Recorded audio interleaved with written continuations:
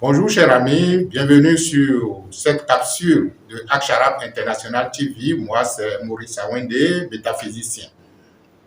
Nous allons échanger sur un thème d'actualité. Lorsqu'on parle de la spiritualité, la première chose qu'on indexe, c'est votre état de pureté. Il me vient donc de nous entretenir sur un thème que j'intitule l'impureté et la véritable purification. L'impureté et la véritable purification. Il s'agira pour nous, dans cette capsule, donc, de faire ressortir l'origine de l'impureté ou des impuretés en nous et de voir ce que c'est que la purification pour finalement donc aboutir à comment véritablement se purifier. Pourquoi disons-nous souvent que nous sommes impurs ou que des gens sont impurs? En fait, lorsque, en tant qu'esprit, nous sommes en activité dans et à travers la matière, notre perception de nous et notre perception de la matière est naturellement des énergies avec lesquelles nous échangeons déterminent si au bout du rouleau, nous avons attrapé quelques facettes d'impureté ou pas.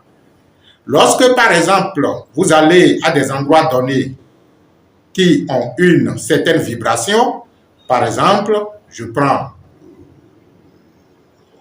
un endroit comme le cimetière où il n'y a que, naturellement, des dépôts de corps en décomposition, ne me dites pas que si on avait un appareil qui permet donc de mesurer la fréquence vibratoire, que la fréquence vibratoire d'un cimetière serait au même que la fréquence vibratoire donc d'une église ou d'un temple, si vous voulez. Donc, la pratique que l'on fait dans certains lieux et les événements qui se déroulent dans certains lieux, compte tenu donc de la fluidité de la matière ou de la lourdeur de la matière en ces lieux, détermine si l'endroit est pur ou, disons, sale. De toutes les façons, lorsqu'on rentre dans la métaphysique au plus profond, on dira que tous les endroits sont purs. Et que c'est la perception avec laquelle vous allez interagir avec un lieu, un endroit ou avec personne qui détermine votre degré de pureté ou pas. Mais comme les êtres humains, pour la plupart, ne sont pas encore à un niveau de fréquence qui leur permet donc de ressentir cette pureté en eux et de pouvoir donc interchanger avec la pureté d'un endroit, quelle que soit sa nature, il est quand même normal que en interagissant avec une tierce personne ou avec un endroit donné, que des saletés liées donc à la basse vibration de la personne ou de l'endroit, vous puissiez donc en être affecté. Lorsque vous abordez des pratiques spirituelles, c'est récurrent chez nous que des gens viennent à nos accompagnements spirituels. Nous accompagnons les gens dans plusieurs domaines. Et lorsque vous arrivez et qu'on vous fait une consultation et qu'on vous demande, par exemple, de faire une purification, les gens font les pratiques. Ok, d'accord. À faire pendant 3 jours, 7 jours, 9 jours, ou même plus, ça dépend. L'idée m'est venue tout simplement parce que des gens auraient fait les différentes pratiques et à la suite d'un autre travaux, on leur demande encore de se purifier. Ils se demandent, bon, pourquoi? Pourquoi il y a de cela un mois ou quelques semaines, je me suis purifié et maintenant on me demande encore de me purifier. Cela dépend de ce que vous avez fait. D'abord, de la façon dont et l'état de conscience avec lequel vous avez fait le travail. Et l'autre chose, on ne sait pas les activités dans lesquelles vous vous êtes mis et les comportements que vous aviez eus après avoir fait ci ou après avoir fait ça. Ce n'est pas pour rien que l'autre, je voudrais parler donc de Jésus, qu'on ne présente plus. Quand il finissait de guérir les gens, il dit « va et ne pêche plus ». Parce qu'il savait qu'il vous a aidé à atteindre un niveau vibratoire donné. Il vous a aidé donc à élever votre fréquence vibratoire. C'est pourquoi la soi-disant maladie qui était en harmonie avec vous, compte tenu de l'énergie que vous drainez, disparaît. Mais pour que cela ne revienne plus, il dit, ne pêche plus. Pécher, ça veut dire ne retombe plus dans la même fréquence vibratoire qui a autorisé que les dysfonctionnements corporels naissent. Si on se comprend suffisamment, c'est que lorsque vous faites une pratique de la purification, ça peut être la purification par l'eau de mer, la purification par hysope que nos parents connaissent aussi bien, la purification par le sel, la purification par la lumière, par ci ou par ça. Lorsque vous faites ces différentes purifications et que vous retombez dans les mêmes perversions, lorsque vous retombez dans les mêmes comportements, il est normal que votre corps intérieur soit encore affecté.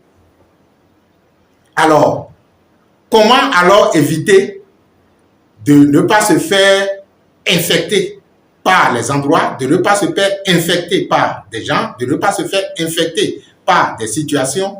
D'abord, il faudra donc travailler sur soi pour comprendre ce que nous appelons les perversions du mental. Nous n'allons pas faire une émission sur les perversions du mental parce que nous avons voulu cette capsule courte.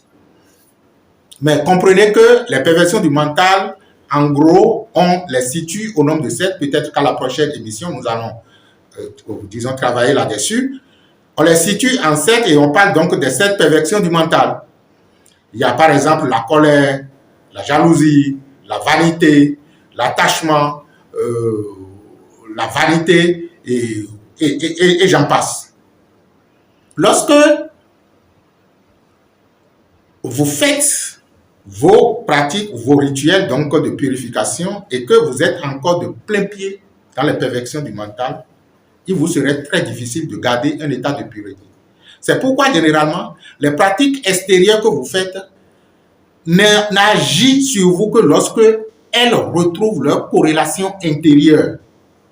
On vous dira de le faire en conscience, on vous dira donc de le faire de façon consciencieuse, mais lorsque vous n'arrivez donc pas à maintenir l'état atteint, vous retombez encore dans les perversions du mental et le cycle continue. Alors, qu'est-ce que nous appelons la véritable purification? Tant que votre esprit intérieur, c'est-à-dire l'espace de vérité en vous, ce que je commence par appeler l'espace de vérité en soi, pour ne pas être toujours dans la terminologie de la divinité intérieure, le Dieu en soi et tout le reste. Lorsque la matière, à partir de votre mental, continue toujours d'avoir de l'emprise sur cet espace de vérité en vous, qui est la pureté absolue, la pureté suprême, ce qu'on appelle le divin en soi, lorsque votre mental continue toujours à travers son fonctionnement, lorsque vos émotions et vos actions physiques continuent d'avoir de l'emprise sur votre espace intérieur de vérité, on vous dira toujours que vous êtes dans un état d'impureté. Ce n'est pas pour rien que l'autre, Socrate, définissait la pureté comme quoi? La séparation de l'esprit avec le corps.